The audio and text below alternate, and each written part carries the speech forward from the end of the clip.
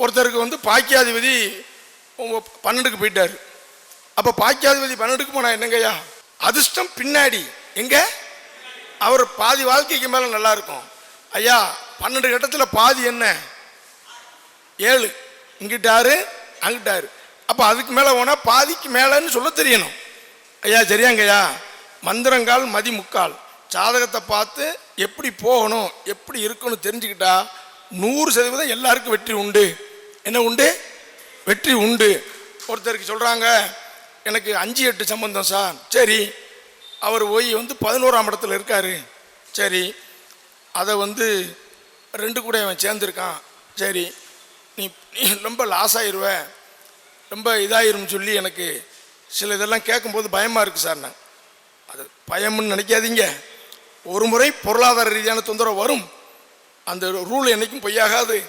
அதே நேரத்தில் இல்லை சார் குழந்தை தோஷம் புத்திர தோஷம் உள்ள ஒருவர் உன்னோட இருப்பார், அதனால் உனக்கு ஆதாயம்னு சொன்னேன்.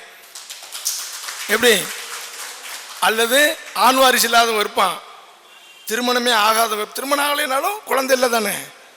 அப்புறமான சார் கரெக்டு சார், என் கூட ஒரு ஆள் 48 வயசு கல்யாணம் ஆகலை கூட இருக்காரு, எங்கே வேணாலும் அவரை கூப்பிட்டு போவேங்கிற. அப்போ எதை ப்ளஸ்ஸாக சொல்லணும் எதை ப்ளஸ்ஸாக எடுக்கணுங்கிறது தான் சாதுர்த்தியம். ஐயா புரிஞ்சதா? ஜாதகத்தை கொடுத்துட்டு நல்ல வார்த்தை 2 சொல்லுவாங்களான்னு எதிர்பார்ப்பாங்க. அடுத்து என்றைக்குமே பாருங்க, அந்த 45க்கு மேலே 65க்குள்ள வர்ற திசைகள் பெரும்பாலும் நல்லது செய்யும். பெரும்பாலும் நல்லது செய்யும். அப்போ என்ன திசை வேணாலும் வரட்டும், நன்மை செய்யாமல் என்ன செய்யாது? விடாது. ஐயா கரெக்டா? நன்மை செய்யாமல் விடாது.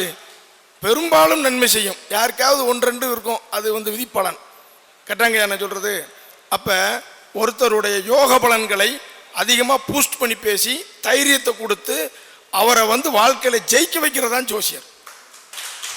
இப்போ ஒருத்தருக்கு வந்து 8 கூடையவன் 11, 8 கூடையவன் 9, 8ஆம் இடம் வலுத்துருச்சு, 8 கூடையவன் 10. அவர் என்ன அப்படின்னு கேட்டீங்கன்னா ஒரே வார்த்தை, அடுத்தவங்க இன்வெஸ்ட்மெண்ட்டில் நீங்கள் தொழில் செய்யுங்க. நான் இன்னொரு ஆள்கிட்ட போய் காசு வாங்குவா, நான் இன்னொரு ஆள்கிட்ட, இவர் ஜாதகப்படி முதலீடு இன்னொன்று இவர் செய்யணும். பினாமின் பேர் என்ன பேர்? பினாமின் பேர். இதை நீங்கள் செய்யுங்கன்னு நம்ம கைடு பண்ணோம்னா அதை அவர் என்ன செய்வார்? அதை ஃபாலோ பண்ணுவார். அதை எடுத்து சொல்கிறதுக்கு தான் நம்ம ஜோதிடம். ஒருவர் பிரச்சனையை எப்படி சரி பண்ணுறது, அது கிரக ரீதியாக பாவக ரீதியாக நாம் என்ன செய்யணும், அதை என சொல்லணும். இந்த மாதிரி சொல்லி சொல்லி பழகும் பொழுது சில இடங்கள் நமக்கு தோல்விகள் வரும். அது ஏன் வந்துச்சு அப்படின்னு மறுபடியும் ஆய்வு பண்ணி தன்னை அடுத்த லெவலுக்கு என்ன செய்யணும், கொண்டு போகணும். நம்மகிட்ட வர்றவன் ஜெயிக்கணும் சார், நாம் ஜெயிச்ச மாதிரி.